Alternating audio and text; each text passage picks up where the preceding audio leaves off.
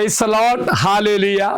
യേശുവിൽ ഏറ്റവും പ്രിയമുള്ള സഹോദരി സഹോദരന്മാരെ, മെയ് മാസം 2-ാമത്തെ വെള്ളിയാഴ്ച ഞങ്ങൾ ഗാഗുൽത്തായിൽ ധ്യാനം കൂടുന്ന മക്കളും ഗാഗുൽത്ത മക്കളൊക്കെ ഈ വെള്ളിയെ ഞങ്ങൾ വിളിക്കുന്നത് സെൻറ്റ് ജോസഫ് ഫ്രൈഡേ.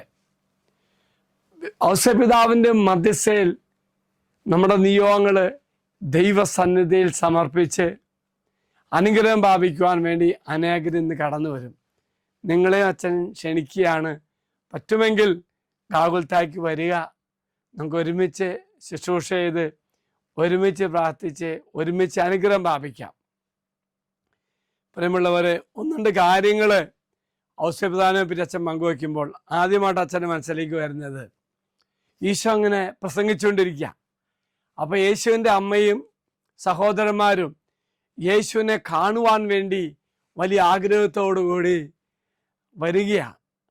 അപ്പോൾ ജനക്കൂട്ടത്തിൽ നിന്നും ആരോ വിളിച്ച് പറഞ്ഞു, യേശുവേ, നിൻ്റെ അമ്മയും നിൻ്റെ സഹോദരന്മാരും നിന്നെ കാണാൻ, നിന്നോട് സംസാരിക്കാൻ വേണ്ടി കാത്തു നിൽക്കാന്ന് പറഞ്ഞു. അത് കേട്ടപ്പോൾ യേശു ചോദിച്ചു, ആരാണ് എൻ്റെ അമ്മ, ആരാണ് എൻ്റെ സഹോദരന്മാർ? അതിനുശേഷം ആരാണ് എൻ്റെ സഹോദരന്മാർ, സഹോദരി, അമ്മ എന്നൊക്കെ പറയുവാൻ ഈശോന് ഉത്തരം എന്താണെന്ന് അറിയാമോ? ആരാണ് ദൈവഹിതം അനുസരിച്ച് ജീവിക്കുന്ന അവനാണ് എൻ്റെ അമ്മയും സഹോദരന്മാരും സഹോദരിമാരും. പ്രിയമുള്ളവരെ, എന്താ അർത്ഥമാക്കുന്നത്? ആ ജനത്തിന് മുന്നേ തൻ്റെ അമ്മയെ അവതരിപ്പിച്ചിട്ട് ഈ ലോകത്തിലേക്കും വെച്ച് ഏറ്റവും അധികം ദൈവഹിതം അനുസരിച്ച് ജീവിക്കുന്ന വ്യക്തിയാണ് എൻ്റെ അമ്മ എന്ന് പരിചയപ്പെടുത്താൻ വേണ്ടിയാണ്.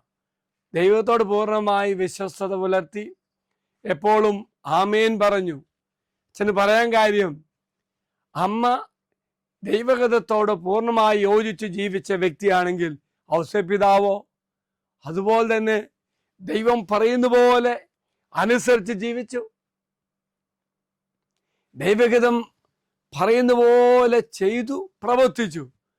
എങ്കിൽ പ്രിയമുള്ളവരെ, ആ കാര്യമൊന്നും ഔസേപിതാവിനെ പറ്റി ബൈബിളിൽ പറയുന്നില്ല എന്ന് ശരിയാണെങ്കിലും നമുക്കറിയാലോ, മാലാഖ ഓരോ കാര്യം വരുമ്പോൾ ഒപ്പം തന്നെ ചിന്തിച്ചുകൊണ്ട് ഉടനെ പുറപ്പെടുന്നു, അങ്ങോട്ട് പോകുന്നു, ഇങ്ങോട്ട് വരുന്നു. എങ്കിൽ പ്രിയമുള്ളവരെ, ഇന്ന് ഔസേപിതാവിൻ്റെ മധ്യസ്ഥയിൽ പ്രാർത്ഥിക്കുന്ന നമുക്കെല്ലാവർക്കും ദൈവഹിതത്തോട് ചേർന്ന് ജീവിച്ച ഔസേപിതാവിൻ്റെ മധ്യസ്ഥയിൽ ദൈവത്തോട് നമുക്കും ജീവിക്കാനുള്ള കൃപ കിട്ടാൻ വേണ്ടി പ്രാർത്ഥിക്കാം.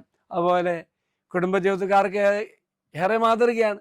അതുപോലെ തന്നെ കുടുംബജീവിതക്കാർക്ക് ഏറെ മാതൃകയാണ്. പൂർണ്ണനായ ഭർത്താവ് എല്ലാവർക്കും മാതൃകയാണ്.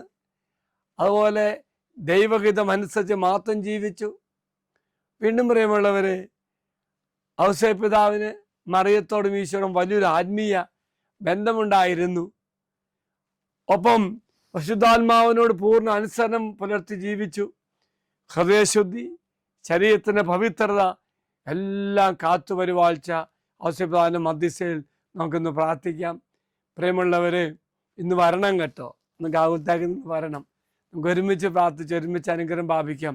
ഔസേപിതാവ് മധ്യസ്ഥനായി ഉറങ്ങുന്ന ഔസേപിതാവ് നമ്മുടെ കാര്യങ്ങൾക്ക് വേണ്ടി തമ്പുരാൻ്റെ പറയും.